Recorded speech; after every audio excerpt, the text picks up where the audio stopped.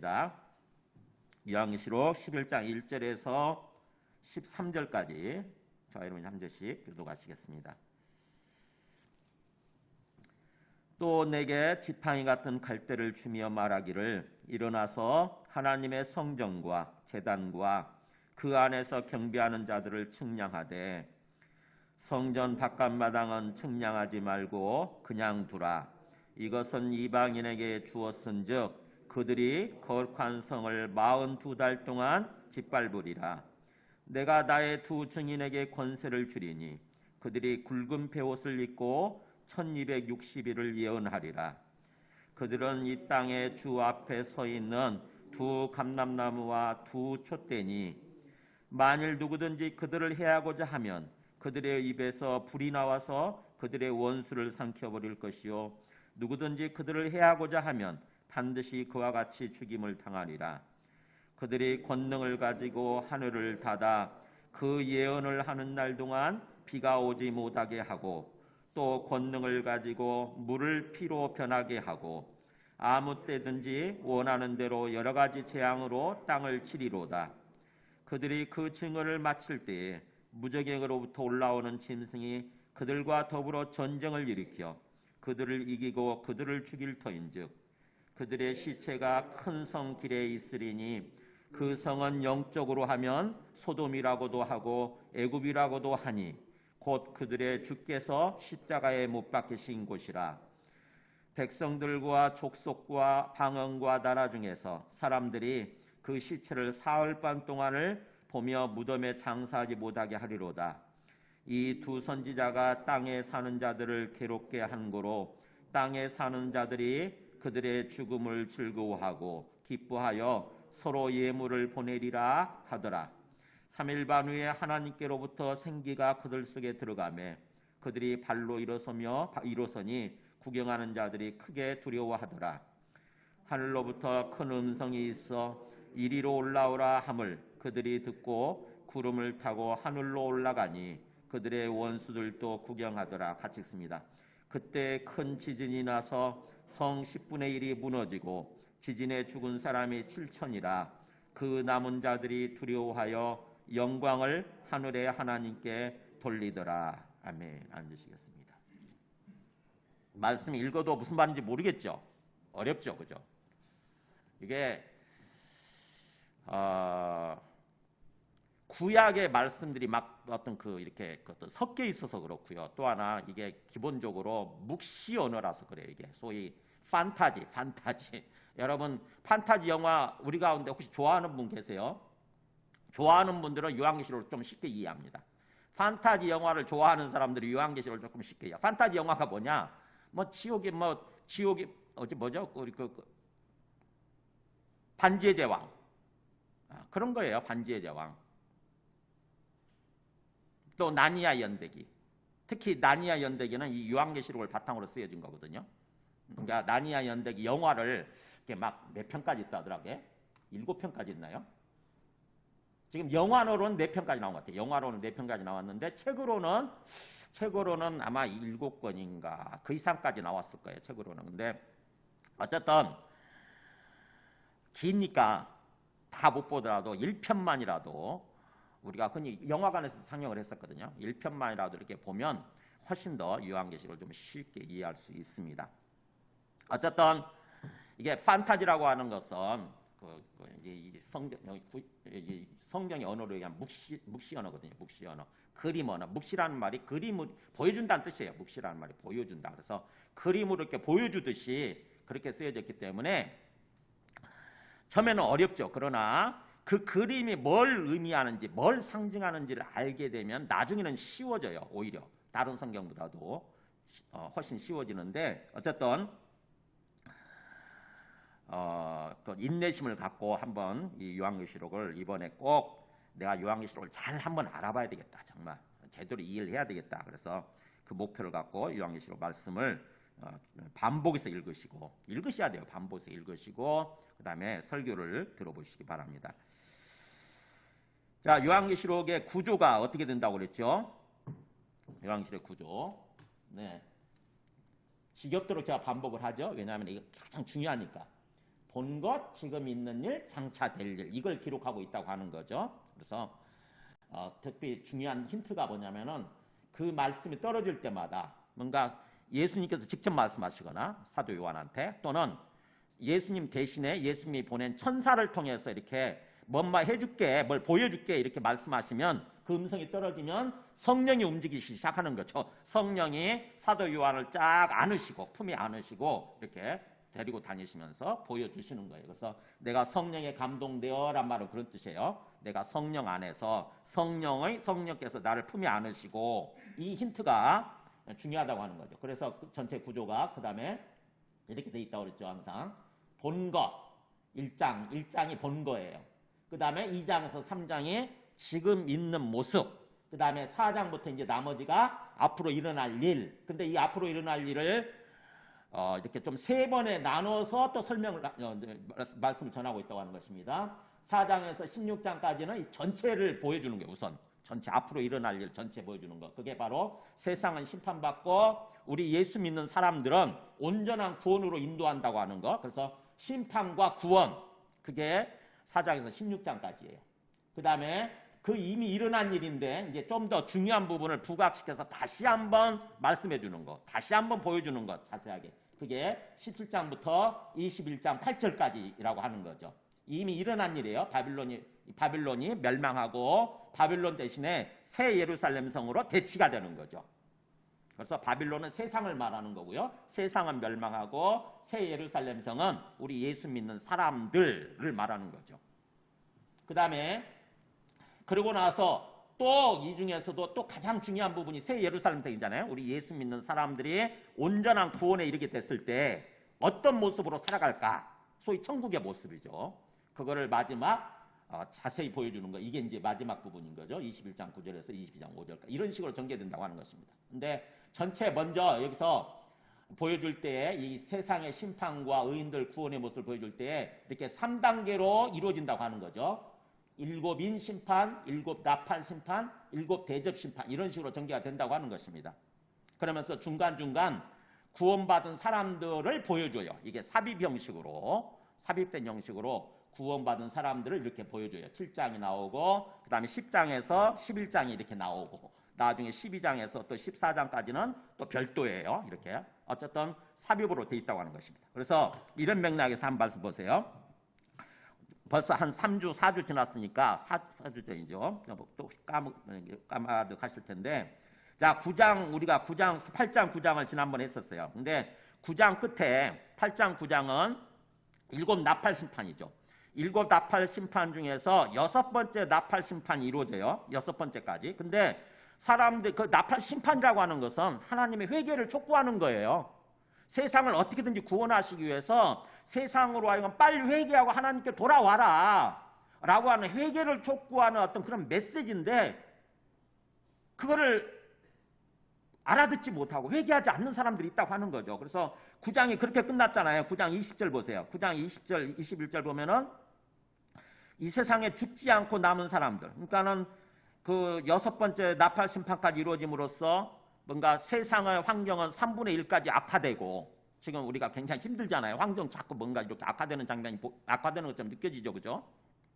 벌써 지금 이제 아직 5월인데 완전 여름이잖아요. 지금. 그죠? 굉장히 그만큼 지구가 지금 뭔가 온도가 올라가고 있다고 하는 거죠. 지구 온도가 굉장히 심각하게 올라가고 있는 상태예요. 어쨌든 우리가 살고 있는 환경이 계속 지금 악화되는 건 맞아요. 근데 어쨌든 뭔가 이렇게 3분의 1까지 환경이 악화되고 그 다음에 사람들도 고통을 받고 3분의 1이 죽지 않습니까? 그런데도 불구하고 그걸 통해서 하나님이 주시는 메시지, 회개를 촉구하는 그 메시지를 알아듣지 못하고 회개하지 않는 사람들이 계속 있다고 하는 거죠.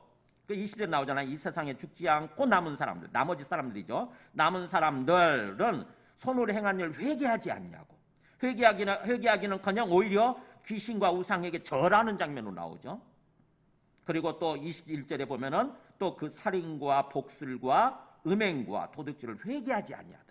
자, 세상 사람들이 나머지 회개를 해야 되는데 하나님의 뜻은 그건데 하나님의 마음은 사람들이 회개하고 하나님께로 돌아오는 거, 구원해 주시는 걸 원하는데 회개하지 않는 거예요.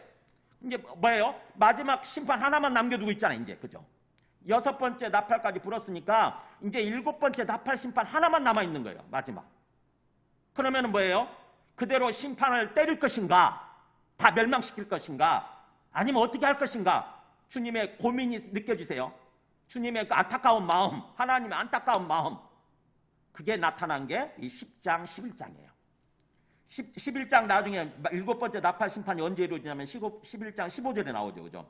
11장 15절 보면 드디어 마지막 7번째 나팔을 불면 거기서 이제 마지막 심판이 이루어지는 거예요. 그러면은 그 11장 15절까지 사이에 이 10장 1절부터 말씀이 지금 주어지는 거죠. 그래서 마지막 심판, 최후 심판이죠. 최후 심판을 앞두고 주님께서 주시는 말씀이 오늘 말씀이에요. 그래서 10장 끝에 보면은 10장 11절 보세요. 바로 심판을 행하시지 않고 마지막 최후 심판이니까 그래서 그 심판을 행하시지 않고 10장 11절 보면은 사도 요한을 불러서 뭔가 새로운 말씀을 주십니다. 11절 보면은 그가 내게 말하기를 너가 많은 백성과 나라와 방언과 임금에게 그다음 뭐라고 되어 있습니까? 다시 예언하여야 하리라 이거잖아요. 다시. 그러니까는 마지막 다시 한번 가서 복음을 전하라 이거예요. 마지막 다시 한번 가서 세상이 앞으로 어떻게 될 것인지를 예언해라. 세상이 곧 멸망한다고 하는 거, 완전히 심판과 멸망이 있다고 하는 것을 복음을 전함으로써 예언함으로써 사람들이 빨리 회개하고 주님께 돌아오게 하라 이거죠. 다시 예언하여야 하리라. 그 맥락에서 주어지는 말씀이 오늘 말씀이에요. 오늘. 그래서 사도 요한은 예수님의 복음을 전하는 또 예수님을 증거하는 그런 어떤 증인을 대표하는 거고요. 즉 우리 교회를 대표하는 것입니다. 우리 교회. 우리 예수 믿는 사람들을 대표하는 거예요. 예수 믿는 사람들. 그래서 이 사도 요한한테 주신 주님의 그 명령, 어떻게 보면 사명이죠. 사명이 바로 이제 우리에게 주시는 명령이고 우리에게 주시는 사명인 거예요. 그 말씀이 오늘 본문입니다. 자 보세요. 11장 먼저 1절 2절 보시기 바랍니다. 또 내게 지팡이 같은 갈대를 주며 말하기를 일어나서 하나님의 성전과 제단과 그 안에서 경배하는 자들을 측량하되 성전 바깥마당은 측량하지 말고 그냥 두어라. 이것은 이방인에게 주었은즉 그들이 거룩한 성을 42달 동안 짓밟으리라. 자, 이게 무슨 말씀인가? 되게 어렵죠, 그죠? 이게 무슨 말씀이냐면 먼저 한번 그림을 보여주실래요? 거기에 성전 바깥마당이란 말이 나오죠. 예루살렘 성전이 이렇게 있어요. 예루살렘에서 여기가 성전이죠. 정확히 하면 여기가 지금 성전 앞에가 성소일 거고 뒤쪽이 지성소일 거고. 근데 그 성소에 들어가기 전에 여기 보면은 먼저 이 문을 통해서 여기가 여인의 뜰이 있어요. 그러니까 이스라엘 사람들 중에서 여자들이 들어갈 수 있는 공간. 그 다음에 여기 이스라엘의 뜰 있죠. 여인의 뜰을 지나서 뜰은 마당이라고 생각하면 돼요. 여인의 마당을 지나서 그 다음에 여기 남자들이 들어갈 수 있는 곳. 남자들이 들어갈 수 있는 곳이 있고 그 다음에 성소 바로 앞에는 그 다음에 이제 제사장들이 들어가는 거예요. 제사장들이. 이렇게 단계별로 돼 있어요. 그러면은 여인들이 들어갈 수 있는 공간 바깥에 이 성전, 예루살렘 성전 바깥마당 여기가 바로 이방인의 뜰이에요. 이게 바깥마당이에요. 이게 바깥마당. 여기는 그러니까 이방인들, 우리 그 유대인들이 아닌 이스라엘 사람들이 아닌 사람들은 이 안에 절대 못 들어가요. 이거 들어가면 바로 죽습니다. 맞아 죽어요. 그래서 여기까지만 이 바깥 마당까지만 우리 이방인들은 들어갈 수 있도록 돼 있는 거예요. 지금 그 얘기가 나오고 보세요. 그러면서 보면은 뭐 42달이란 말이 나오죠. 이게 무슨 말이냐면 42달 말 무슨 말이냐면은 먼저 거기 그 다니엘서 9장 27절 한번 보여주실래요? 이 42달이면은 횟수로 하면 3년 6개월인 거 아세요? 42달이면은 42달 3년 6개월 3년이면은 그죠? 3년이면은 36개월이잖아요. 36개월에 6개월을 더하면 42달 42개월이 되죠. 그래서 42개월은 42달 42개월은 3년 6개월을 말하는 거예요. 그러면 3년 6개월은 뭐냐? 이게 다니엘서에서 말하는 일종의 보세요. 앞으로 일어날 일을 다니엘서에서 예언하고 있는데 이런 말이 나와요. 너의 백성과 너의 거룩한 성을 위해서. 다니엘이 엄청 우리 하나님의 백성들을 주님께서 살펴주시고 뭔가 이렇게 보호해달라고 하는, 구원해달라고 하는 다니엘이 막 기도를 했을 때 하나님의 응답이에요. 하나님의 응답으로 주시는 말씀이 이건데, 너의 백성, 즉 하나님 백성이죠. 하나님의 백성과 그 다음에 너의 거룩한 성, 하나님의 성, 즉 예루살렘 성이죠. 그게 오늘날 얘기하면은 뭐예요? 우리 예수 믿는 사람들이에요. 그게 예루살렘 성. 구약식으로 얘기하면 이스라엘 백성들이 모여 사는 그 예루살렘이라고 하는 그 도시를 말하는 거고, 신약식으로 얘기하게 되면 우리 예수 믿는 사람들을 말하는 거고. 그래서 하나님이 그렇게 예언하시는 거예요. 너의 그 하나님의 백성과 하나님의 거룩한 성을 위해서 이런 이래를 기한으로 정했다. 이런 이래가 70이래죠. 이래가 한 주라고 생각하면 돼요. 한 주. 그러니까 70주죠. 70주. 70주를 이런 이래를 기한으로 정했다 그러면서, 자, 기름 부음을 받은 자 곧 왕이 일어나기까지. 기름 부음을 받은 자 곧 왕, 이게 바로 예수 그리스도예요. 기름 부음 받았다는 말이 히브리식으로 얘기하면 그리스도 이런 뜻이에요. 그리스도. 이게 그리스도란 말 원래 기름 부은 거거든요. 그러니까 기름 부음 받은 자 그리스도 곧 왕 일어나기까지 7이래와 62이래가 지나갈 거다. 그러니까 그리스도가 오시기까지, 예수 그리스도가 오시기까지 7일에 62일에 합치면 몇 일이 되죠? 7과 62, 69잖아요. 69일에가 지나갈 거다. 그래요. 그러니까 예수 그리스도가 오시기까지 70일에 중에서 69일에가 지나가고, 그러면 이제 나머지 한 일에만 남잖아요. 그죠? 나머지 한 일에만 남게 되는데, 보세요. 앞에 그 62일의 후에, 그러니까 69일에죠. 69일의 후에는 기름 부음을 받은 자가 끊어져 없어질 것이며, 기름 부음 받은 자 그리스도가 끊어져 없어질 거다. 바로 뭐냐, 이게 예수 그리스도의 십자가 죽음을 의미하는 거예요. 예수 그리스도가 죽게 될 거고, 그러면서 장차 이제 앞으로 일어날 일이죠. 이게 보세요. 장차 한 왕의 백성이 와서 그 성읍과 성소를 무너뜨리려니와.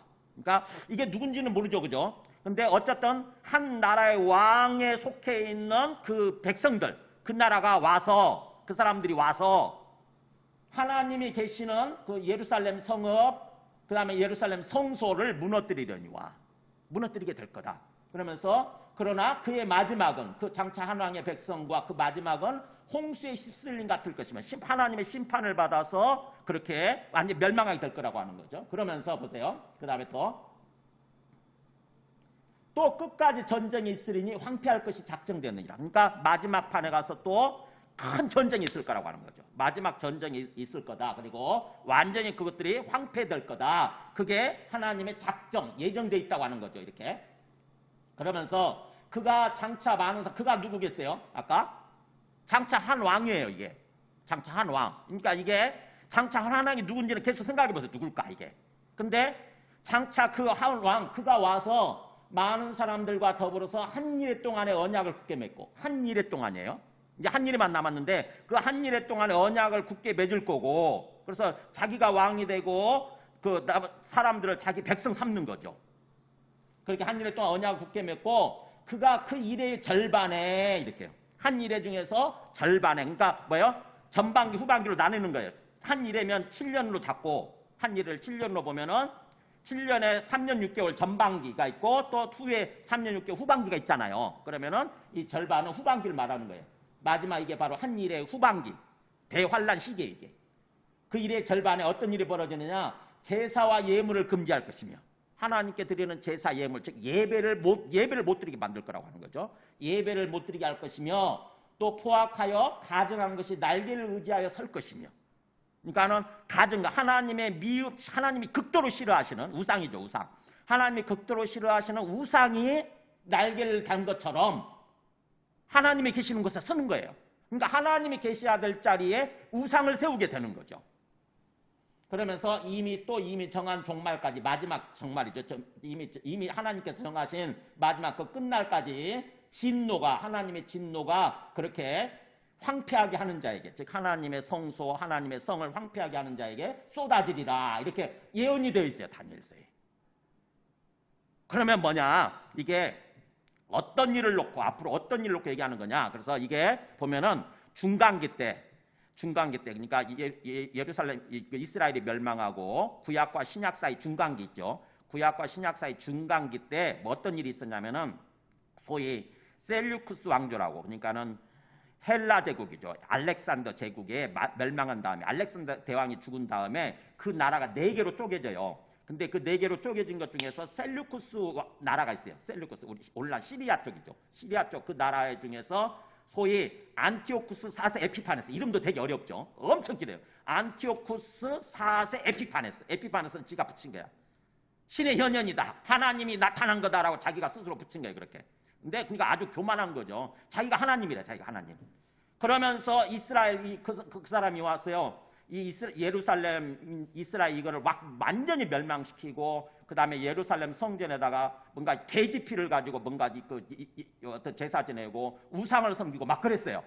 그래서 안티오쿠스 4세 에피파네스 그 사람을 얘기하는 거다, 예언하는 거다라는 말도 있고, 그 다음에 또 어떤 일이 벌어지느냐, 예수님 이후에 AD 60년이죠. AD 60년에 노마에 의해서, 노마 티투스 장군에 의해서 예루살렘 성이 완전히 멸망하는 때가 와요. 예루살렘 성이 다 불타버리고 성전도 불타버리고. 그래서 노마의 티투스 장군, 그것을 의미한다고도 하고, 궁극적으로 사실은 마지막 때에 사탄을 의미하는 거예요. 적그리스도 사탄. 그러니까 안티오쿠스 4세 에피파네스나 그 다음에 그 티투스 장군이나 노마의 티투스 장군이나 다 누구를 사실은 예표하는 거냐면은 최종 마지막에 올 적그리스도를 예표하는 거고, 적그리스도 사탄이죠. 사탄에 의해서 우리 교회가 완전히 핍박을 받고 멸망하게 될, 큰 고난을 받고 멸망하게 될, 그거를 예표하고 있다고 이렇게 보는 거죠. 그렇다고 한다면은 이 한 일회 중에서 바로 이 한 일에 7년이죠. 7년으로 잡고 이게 전반기 3년 6개월, 후반기 3년 6개월로 이렇게 나눠지게 되는데, 여기서 42개월은 여기서 2절에서 42달 동안 바로 후반기를 말하는 거예요. 한 일에, 그러니까 마지막 시대죠. 예수님 이후가 한 일을 본다면 예수님의 초림부터 재림까지를 한 일회로 보는 거예요. 그게 12장 13장 내용이에요. 이게 요한계시록 12장 13장의 내용이 예수님 초림부터 그 다음에 예수님 재림까지를 한 일회로 보는 거예요. 이렇게 상징적으로 나타나는 거죠. 상징적으로. 그래서 그 중에 전반기는 교회가 자꾸 커가는 시기고, 그 다음에 후반기는 교회가 엄청 핍박받는 시기예요. 세상에서 엄청 핍박받는 시기, 대환란기죠. 그래서 그 얘기, 여기서 지금 42달은 바로 그 한 일의 후반기를 말하는 것입니다. 후반기. 그 얘기. 그래서 그 맥락에서 이제 다시 한번 보세요. 예수님이 또는 예수님에게 보낸 천사가 그 사도 요한에게 지팡이 같은 갈대를 주면서 뭐라고 그러냐면은 하나님의 성전과 제단과 그 안에서 경배하는 자들을 측량하라, 이렇게 얘기하죠. 측량하라, 명령문이에요, 이거. 그러니까는 이 지팡이 같은 갈대는 뭐냐면 자를 얘기합니다. 측량자예요. 옛날에 그걸로 쟀거든요. 그래서 측량한다고 하는 것은 뭘 의미하느냐? 측량한다고 하는 거는 중요해요. 지금 잘 졸면 안 돼요. 측량한다고 하는 얘기는 건축한다는 얘기예요. 여러분, 우리가 집을 짓고 건축을 할 때 어떻게 하죠? 먼저 재잖아요. 그죠? 여기저기 재잖아요. 길이를 재고. 그런 것처럼 잰다고 하는 것은 건축한다, 세워간다는 의미예요. 성경에 나오죠. 보면은 에스겔서 40장 보면은 에스겔서 40장부터 48장까지 있죠. 에스겔서가. 이것도 묵시언어예요. 에스겔서도 묵시언어로 되어 있는 앞으로 일어날 일을 그림 언어로 얘기하고 있는 거죠. 그래서 40장에 보면 이런 말이 나와요. 모양이 녹같이 빛난 사람 하나가 손에 3줄, 이게 줄이죠. 줄과 그 다음에 3으로 만든 줄이죠. 그 다음에 측량하는 장대를 가지고 문에 서 있더니, 그러니까 측량하려고 서 있는 거죠.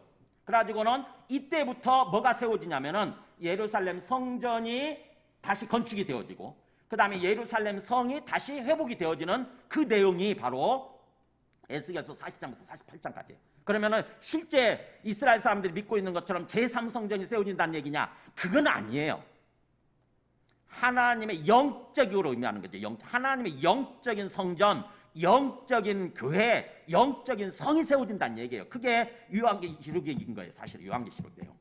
그러니까 에스겔서 말씀이 성취된 게 요한계시록이에요. 그래서 하나님의 진정한 성전인 또 하나님의 진정한 성인 이 교회가 세워지고 하나님의 백성들, 믿는 사람들이 세워진다고 하는 그 얘기를 하는 거죠. 이게 그래서 측량한다고 하는 것은 세우고 건축한다, 그런 의미고요. 그 다음에 스가랴서도 보면은 이런 말 나와요. 스가랴서도 보면은 이런 말 나와요. 내가 또 눈을 들어 본즉 한 사람이 측량줄을 그의 손에 잡았기로. 스가랴 선지자, 스가랴서도 역시 에스겔서와 똑같이 묵시록이에요. 이것도 역시 마치로 앞으로 일어날 일을 얘기하고 있는 스가랴 이 선지서도 우리 요한계시록과 똑같이 어떤 장차 일어날 일을 그림으로 얘기하고 있습니다. 지금 주무시면 안 돼요. 만약에 졸리면 잠깐 나갔다 오셔도 돼요. 네. 측량줄을 그의 손에 잡았기로 뭐라고 그러냐면은 너가 어디로 가느냐 물은즉 그가 내게 대답하되, 여기 보면은 예루살렘을 측량하여 그 너비와 길이를 보고자 하노라 이렇게 나오잖아요. 예루살렘을 좀 측량하려고 한다 란 말이 나오죠. 그러면서 하나님 뭐라고 그러냐면은 예루살렘은 그 가운데 사람과 가축이 많으므로 성곽 없는 성읍이 될 것이라. 뭐예요? 지금은 예루살렘 성이 완전히 회파됐는데 완전히 멸망하고 다 허물어져 버렸는데 하나님이 이렇게 약속하시는 거예요. 측량한다고 그러면서 앞으로 사람과 가축이 많은, 그리고 이제 성곽도 필요 없는, 그 예루살렘 성을 보호하기 위한 성곽이 벽이잖아요. 벽, 성의 벽. 그것도 필요 없는 성읍이 될 거다. 그러니까 장차 완전하고 온전한 모습으로 세워질 그런 어떤 예루살렘 성, 우리 요한계시록에서 말하는 새 예루살렘 성을 얘기하는 거죠. 천국을 말하는 거죠. 천국. 우리 예수 믿는 사람들의 천국. 그것이 세워지게 될 거다. 그러면서 내가 여호와의 말씀에 뭐라고 그러냐면은 내가 불로 둘러싼 성곽이 돼요. 그러니까 그냥 눈에 보이는 돌로 만든 성곽은 다 없어지게 될 거고 하나님이 직접 성곽이 되신다는 거죠. 이게 불성곽이라고 하잖아요. 소위 불로 둘러싼 성곽, 불성곽. 옛날 사람들은 그런 말 되게 간단히 줄여서 되게 많이 하잖아요. 불성곽. 그러니까 불로 보호하시는 거죠. 불로 성을 싸서 우리 예수 믿는 사람들을 불로 싸서 보호하시는 그런 불성곽이 되실 거고 그 가운데에서 영광이 되리라. 하나님의 영광을 나타내는 그런 모습으로 세워진다고 하는 거죠. 이게 측량한다는 뜻이에요. 그러니까 여기서 그러면 오늘 본문을 보세요. 하나님이 사도 요한한테 뭔가 이렇게 측량할 수 있는 자를 주면서 뭐라고 그러냐면은 뭘 측량하라고 그러냐면은 하나님의 성전, 그 다음에 제단, 그리고 그 안에서 경배하는 사람들을 측량해라 이렇게 말씀하시는 거예요. 무슨 말이겠어요? 바로 하나님께서 진정으로 뭐예요? 하나님의 성전, 진정한 하나님의 성전이죠. 지금 진정한 하나님의 성전, 하나님 임재하시는 곳, 그리고 또 진정으로 하나님께 예배드리는 제단, 이 예배드리는 예배당 말하는 게 이게 예배드리는 곳, 예배드리는 곳, 진정한 예배 제단, 그 다음에 또 그 안에서 경배하는 사람들, 진짜로 하나님을 믿고 진정으로 하나님의 백성이 된 사람들이죠. 그냥 종교 활동하는 정도가 아니라 진정으로 하나님을 믿고 하나님을 진짜 경배하면서 살아가는 진정한 하나님의 백성, 진정한 하나님의 성도를 말하는 거예요. 이 사람들을 세워가라 이거예요. 세워라. 사도 요한한테 명령하시는 거예요. 그 사람들 세워라. 그러니까는 뭔가 어차피 어떤 이렇게 뭔가 뭐죠?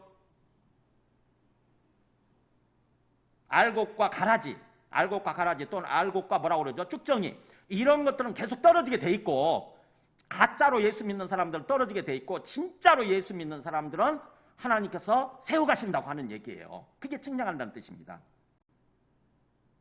그러면서 성전 바깥마당은 측량하지 마라. 내버려둬라. 자, 바깥마당은 뭐겠어요?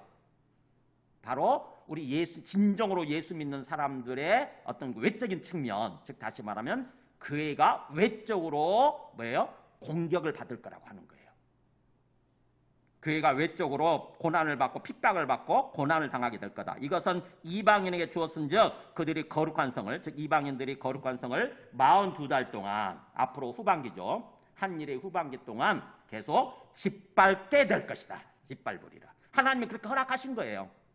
그러니까 뭐예요? 마지막 시대 때에 지금 최후 심판이 있기 전에 마지막 시대 때에 진정한 하나님의 백성들은 세워져 가는 거고, 그 다음에 반대로 그러면서 또 우리 교회는 우리가 외적으로 세상으로부터 여러 가지 짓밟힘을 당하게 되는 거고, 세상으로부터 핍박을 당하고 고난을 당하게 돼 있다고 하는 것입니다.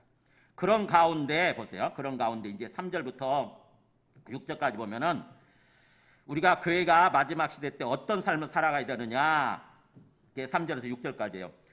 내가 나의 두 증인에게 권세를 주리니, 두 증인이 바로 뭐냐? 나의 두 증인이 바로 앞에서 사도 요한이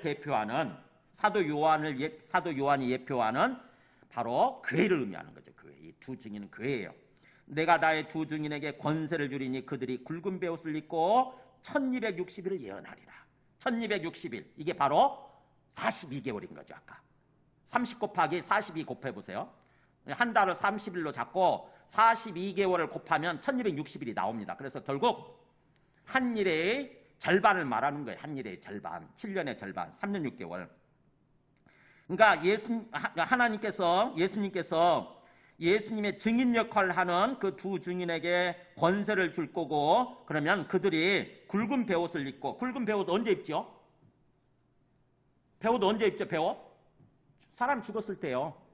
사람이 죽었을 때 굵은 베옷을 입잖아요. 그러니까는 바로 뭐예요? 굉장히 심각한 상황이기 때문에 지금 세상이 완전히 멸망, 곧 최후 심판을 당하게 되면 세상이 완전히 멸망해서 없어지잖아요. 그러면 굉장히 슬픈 상황이죠. 그래서 그런 슬픈 마음을 안고 그런 뜻이에요. 굵은 베옷을 입고란 말은. 그야말로 장례식장에 간 것처럼 슬픈 마음으로 뭐예요? 1260일을 예언하라. 복음을 전하라 이거예요. 증거하라 빨리. 그들이 복음을 듣고 구원받을 수 있도록, 주님께로 나올 수 있도록. 그러면서 그들은 누구냐? 나의 두 증인은 이 땅의 주 앞에 서 있는 두 감람나무와 두 촛대다. 이것도 역시 어떤 말씀을 끌어오는 거냐면은 바로 스가랴 4장 14절이죠. 이 스가랴에 아까 그 스가랴처럼 그 스가랴에서 이런 말이 나와요. 내가 그에게 물어 이르되 등잔대, 그러니까는 불을 켜놓는 그 등잔대 좌우에 서 있는 두 감람나무는 무슨 뜻입니까? 라고 물어. 이것도 이제 그림 언어니까 묻는 거죠. 스가랴 선지자도 잘 모르니까 하나님께서 뭔가 장면을 보여주시는데 이 등잔대 갖고 그 옆에 두 감람나무, 올리브나무가 있는 거예요. 그래서 올리브나무에서 기름이 자꾸 올라가는 거예요. 등잔대로 기름이 올라가면서 그 등잔대가 불이 켜지는 거죠.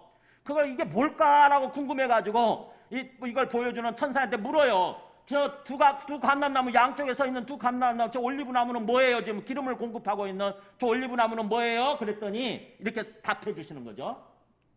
이는 기름 부음 받은 자 둘이니, 기름 부음 받은 자 뭐 이게? 그리스도잖아. 이게 소위 그리스도 둘이니 세상을 그러니까 구원하기 위해서, 사실은 구원하기 위해서 기름을 부어서 세워준 둘, 그게 하나님의 증인 역할을 한다고 하는 거죠. 그래서 온 세상의 주 앞에서 이게 똑같은 표현 나오잖아요. 온 세상의 주, 모든 세상의 주님이신 그 하나님 앞에 서 있는 바로 자다라고 하는 거죠. 이들이 그러니까 하나님의 명령을 받들어서 하나님의 뜻을 수행하고 있는 그런 자들이라고 하는 거죠. 여기서 나오는 표현이에요. 그래서 내가 바로 그들은 이 땅의 주님 앞에 서 있는 두 감람나무와 두 촛대다. 그러면서 두 촛대란 말도 또 쓰죠. 즉 다시 말하면 뭐냐면은 이 두 감람나무라고 하는 것은 사실은 원래대로 의미하는 원래 원뜻은 그 바빌론에서 돌아와서 제2성전이죠. 두 번째 성전의 재건을 책임지고 있었던 여호수아와 스룹바벨을 말하는 거예요. 여호수아, 스룹바벨. 그 사람들을 직접적으로 얘기하는데 그들은 또 뭘 예표하는 거냐면은 그리스도를 예표하고 있는 거고, 그러면서 우리 교회를 예표하고 있었던 거죠. 그게 증인들이에요. 하나님의 증인들. 그러면서 그 두 촛대라고 하는 것은 불을 밝히는 존재잖아요. 그래서 어두운 세상에 등불을 밝히는 어떤 그런 존재를 의미하는 거죠. 즉 다시 말하면 교회가 마지막 세상의 최후 심판과 멸망을 앞두고 교회가 이렇게 하나님의 성전을 재건하는 그런 증인 역할을 하라는 거고, 그 다음에 또 어두운 세상에 불을 밝히는 어떤 촛대 역할을 하라고 하는 거예요. 지금 교회가, 우리 예수 믿는 사람들이 하나님의 성전을 재건하는 그런 역할, 그 다음에 어두운 세상에 등불을 밝히는 그런 촛대 역할, 그 역할로 하도록 그렇게 세워졌다고 하는 것입니다. 우리 교회라고 하는 게. 그러면서 우리 교회한테 부여된 권세가 나오죠. 5절 6절. 우리 교회한테 주어진 권세가 어떤 거냐? 만일 누구든지 그들을 해하고자 하면, 교회를 뭔가 이렇게 해치고자 하면, 예수 믿는 사람들 해치고자 하면 그들의 입에서 불이 나와서 그들의 원수, 그 해치고자 하는 사람들을 삼켜버리게 될 거고, 누구든지 그들을 해하고자 하면 반드시 그와 같이 죽임을 당하리라. 그리고 그들이 권능을 가지고, 이 교회가 권능을 가지고 하늘을 닫아서 그 예언하는 날 동안, 즉 복음을 전하는 날 동안 비가 오지 못하게 하고, 또 권능을 가지고 물을 피로 변하게 하고, 와, 이 엄청난 권세가 주어져 있다고 그러죠. 이게 바로 뭐냐면은 천천히 성경을 좀 구약을 아는 사람들은 이거 어디서 많이 봤던 얘기인데 라고 생각을 하실 거예요. 입에서 불이 나와서 멸망시킨다? 또 뭐 권능을 가지고 하늘을 닫아서 또 비가 오지 못하게 만든다. 이거 누구 얘기예요? 엘리야 얘기예요.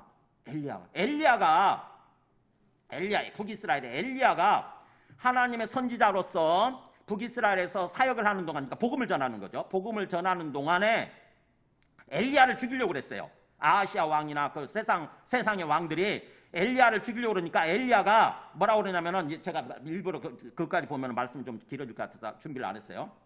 엘리야가 만약 내가 하나님의 사람이면 하늘에서 불이 떨어져서 저들을 멸망시키옵소서 그랬더니, 엘리야를 잡으러 온 그 50명의 사람들이 한꺼번에 하늘에서 불이 떨어지면서 그들이 다 죽어요.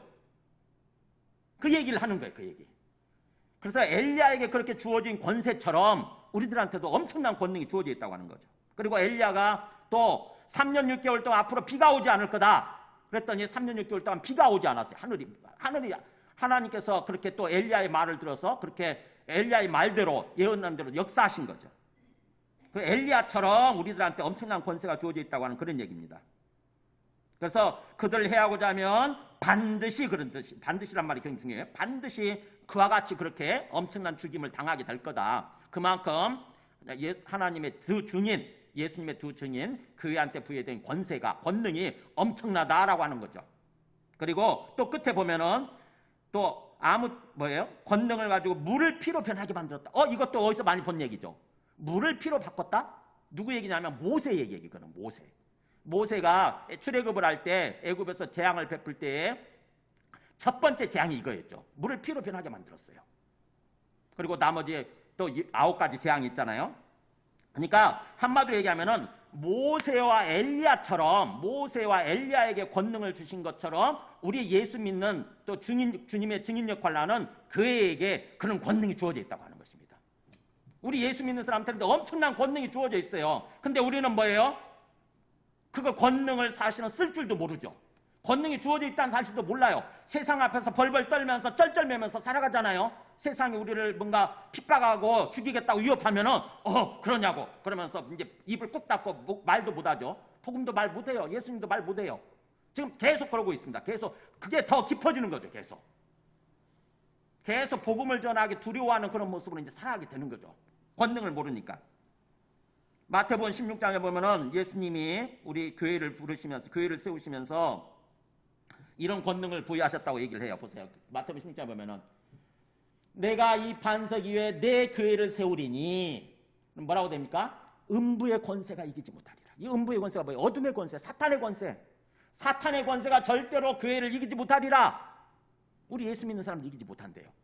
그러면서 내가 천국의 열쇠, 즉 하나님 나라의 열쇠를 너에게 주리니, 교회에게 주리니, 너가 땅에서 무엇이든지 매면 하늘에서도 매일 거고, 너가 땅에서 무엇이든지 풀면 하늘에서도 풀리리라. 그러니까 교회가 땅에서 매고 푸는 바를 따라서 하늘에서도 매고 풀린다고 하는 것입니다.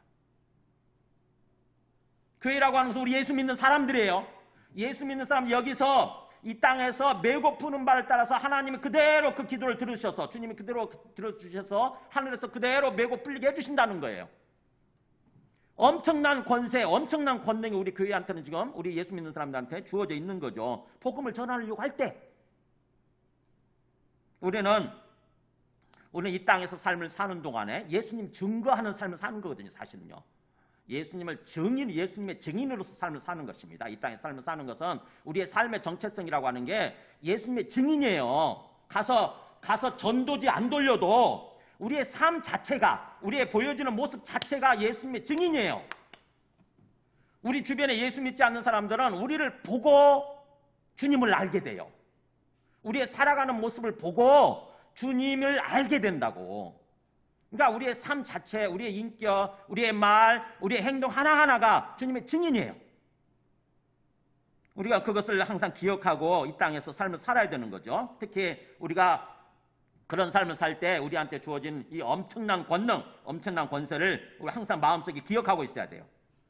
아무 때든지 그랬잖아요. 6절 끝에 아무 때든지 원하는 대로 여러 가지 재앙으로 땅을 치리로다. 이 예수 믿지 않는 사람들, 그 땅이에요.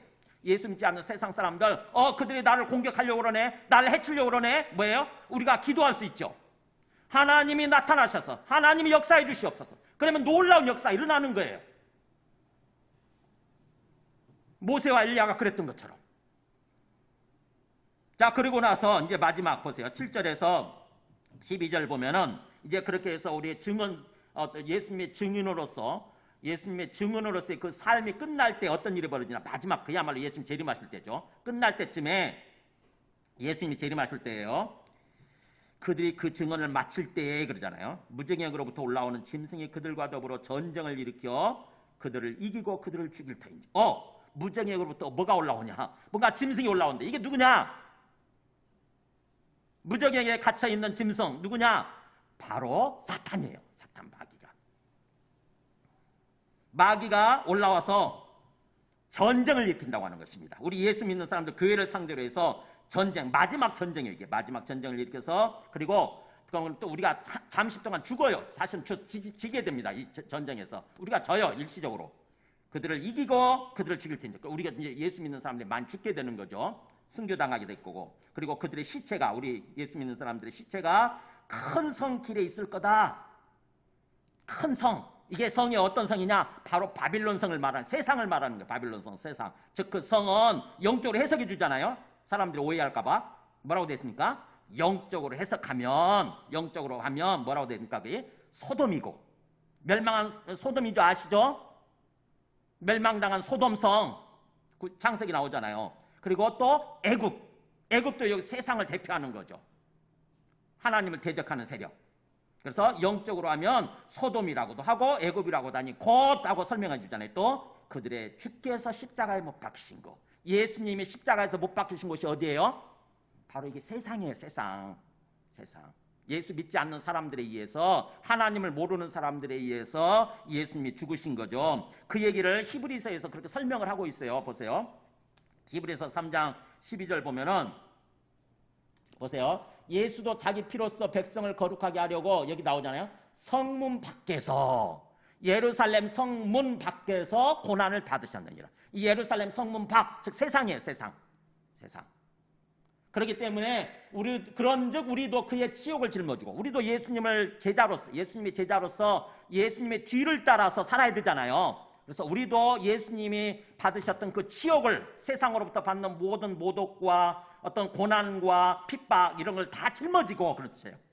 기꺼이 그것을 받아들이면서 우리도 역시 예수님을 따라서 영문 밖으로, 이게 성문 밖이잖아요. 영문 밖으로 그에게 나아가자. 이게 예수 믿는 삶을 말하는 거예요.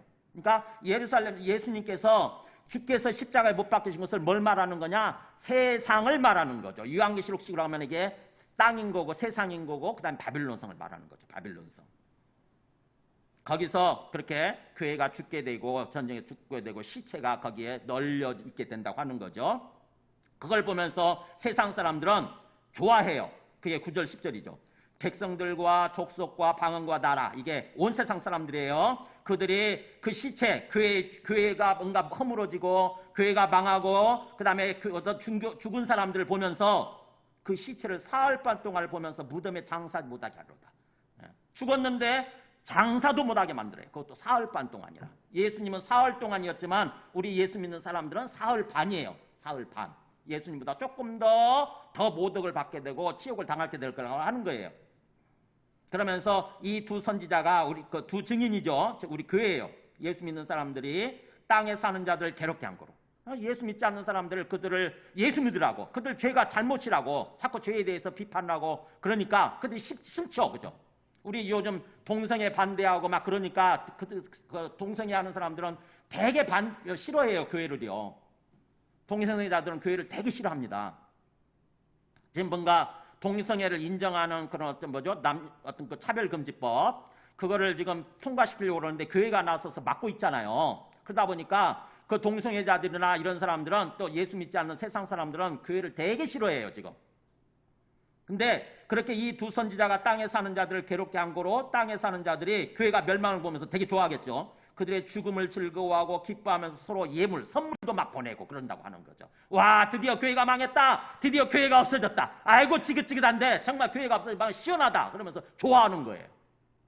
지금 세상 사람들은 교회가 막 허물어지고 교회가 굉장히 숫자가 줄어들고 있죠. 예수 믿는 사람들이 줄어들고, 그러면서 특히 코로나로 인해서 그동안 근근히 교회 나오던 사람들도 안 나오잖아요.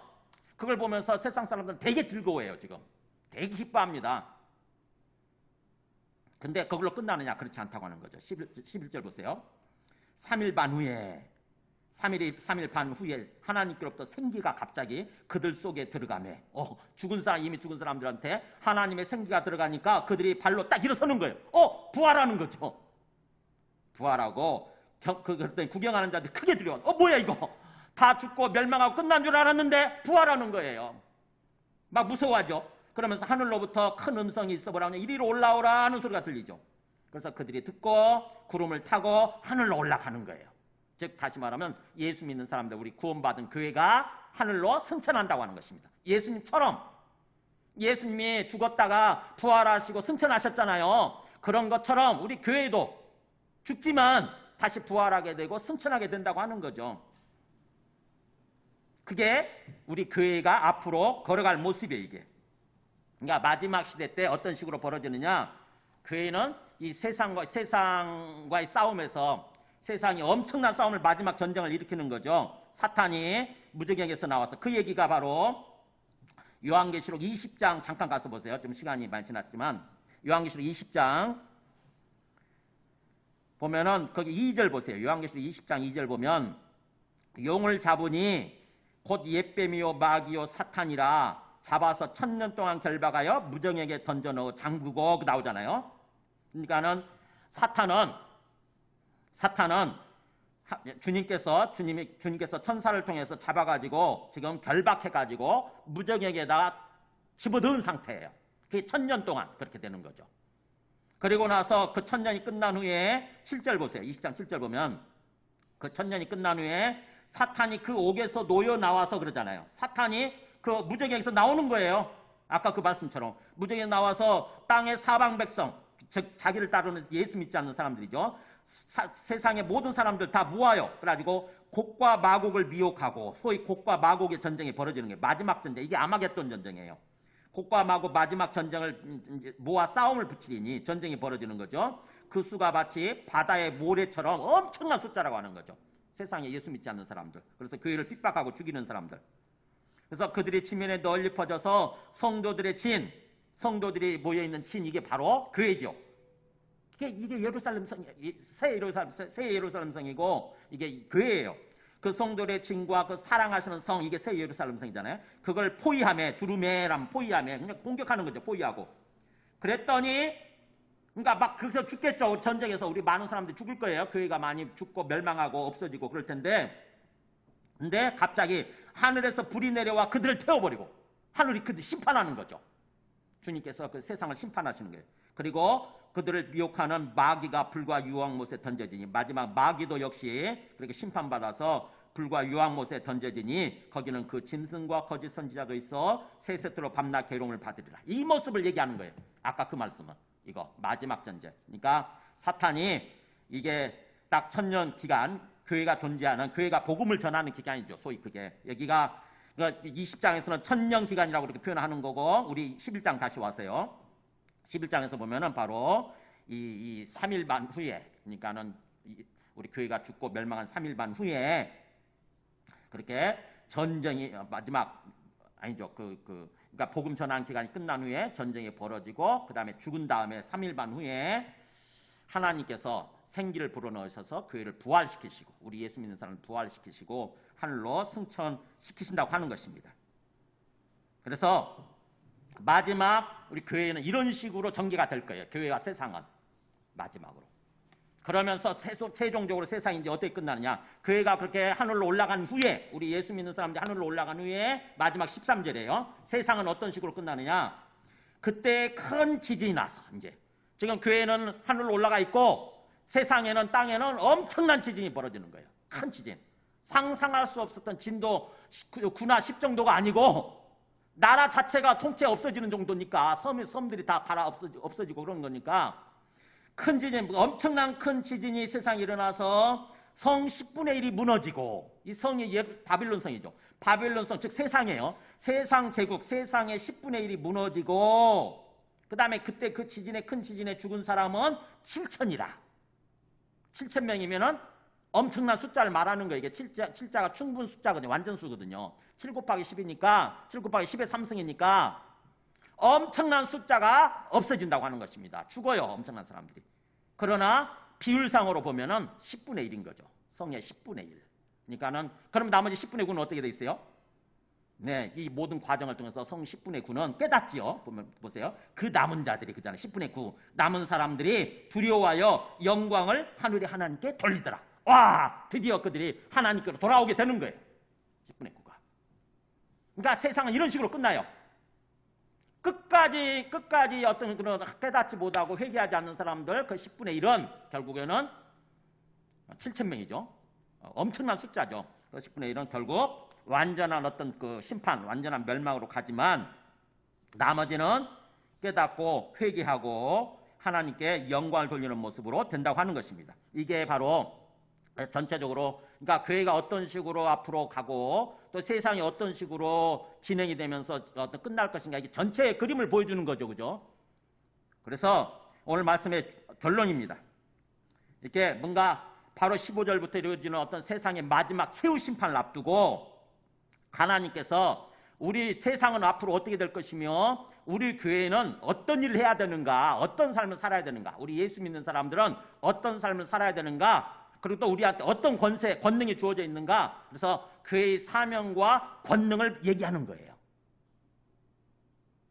세상은 반드시 망해요. 이대로 지속되는 것이 아니라 세상은 완전히 망하게 되는데 그들 중에서도 구원받는 사람들이 나타나도록 하기 위해서 우리가 어떤 삶을 살아야 되는가. 그래서 이 세상을 바라보면서 하나님의 관점을 갖는 거, 그래서 세계관이죠. 세계관. 소위 세계가 어떻게 흘러갈 것인지 하나님의 관점을 갖는 거, 하나님의 세계관, 하나님의 역사관을 가지라고 하는 얘기예요. 한마디로 얘기하면 아무 생각 없이 살지 말고 아무 생각 없이 그냥 눈에 보이는 세상에 완전히 우리 영혼을 빼앗기고 우리 영혼을 팔고 그렇게 살지 말고 어떤 식으로 궁극적으로 결론이 날 것을 안다고 한다면 어떻게 식으로 진행이 될 것인지 앞으로 세상이 어떻게 될 것인지 안다고 한다면 우리가 그 관점에서 바라보고 사는 거잖아요. 그래서 하나님의 관점, 하나님의 세계관, 하나님 나라의 세계관, 하나님 나라의 역사관을 갖게 되면은 이 땅에서 지금 혼돈 세상 아닙니까? 이 세상이 얼마나 혼돈스럽습니까? 사람들이 지금 특히 코로나로 인해서 그야말로 굉장히 어떻게 살아야 될지 모르고요. 완전히 마음을 잃었어요, 사실은요. 영혼이 길을 잃었습니다. 그러니까 20대 사람들 보세요. 보면은 말도 안 되는 짓들을 하잖아요. 보면은 끄떡하면 사람 죽이고 패고 자기 자식도 죽이고 패고 부모도 죽이고 길을 잃어버린 상태의 영혼이 세상 사람 영혼이 길을 잃은 상태입니다. 우리는 그들을 바라보면서 주님의 마음을 가져야 돼요. 주님 저들을 불쌍히 여겨 주옵소서. 저들을 구원하여 주시옵소서. 그게 우리한테 다가오게 돼 있거든요. 남의 일이 아니거든요. 그게 어느 순간에 그런 어떤 죽음의 그림자들이 우리한테 다가오게 돼 있거든요. 그래서 우리는 주님의 관점에서 그들이 구원받도록 하기 위해서 그들을 위해서 기도하고요. 정말 그들에게 주님을 증거하는 그런 삶을 살아야 돼요. 그들이 구원받도록 그들을 위해서 기도하고. 먼저 우리가 진정한 성전으로 세워져 가야 되는 거죠. 앞에서 얘기한 것처럼 사도 요한한테 그랬잖아요. 그렇죠? 측량해라. 하나님의 성전, 제단, 그 안에서 경배하는 사람들 정말 측량해라고만 세워라고 말이죠. 우리 자신이 정말 진정한 하나님의 백성들로 하나님의 성도들로 세워져야 되고 교회가 정말 교회답게 세워져야 되고 또 우리가 그것을 세워야 돼요. 그렇게 세워가야 돼요. 우리한테 주어진 사명이에요. 그리고 우리가 이 땅에서 삶을 사는 동안 하나님이 우리한테 주신 그 권능을 믿고 그야말로 주님을 증거하는 그런 자세로 삶을 살아야 된다고 하는 것입니다. 아무 생각 없이 목적도 없이 방향도 모르고 이렇게 그냥 흘러가는 삶이 아니라 나는 주님을 대신하는 존재다. 주님을 증거하는 존재다라고 하는 어떤 그런 분명한 정체성을 가지고 이 땅의 삶을 살아야 되는 거죠. 지금 상황에서 이렇게 보이는 상황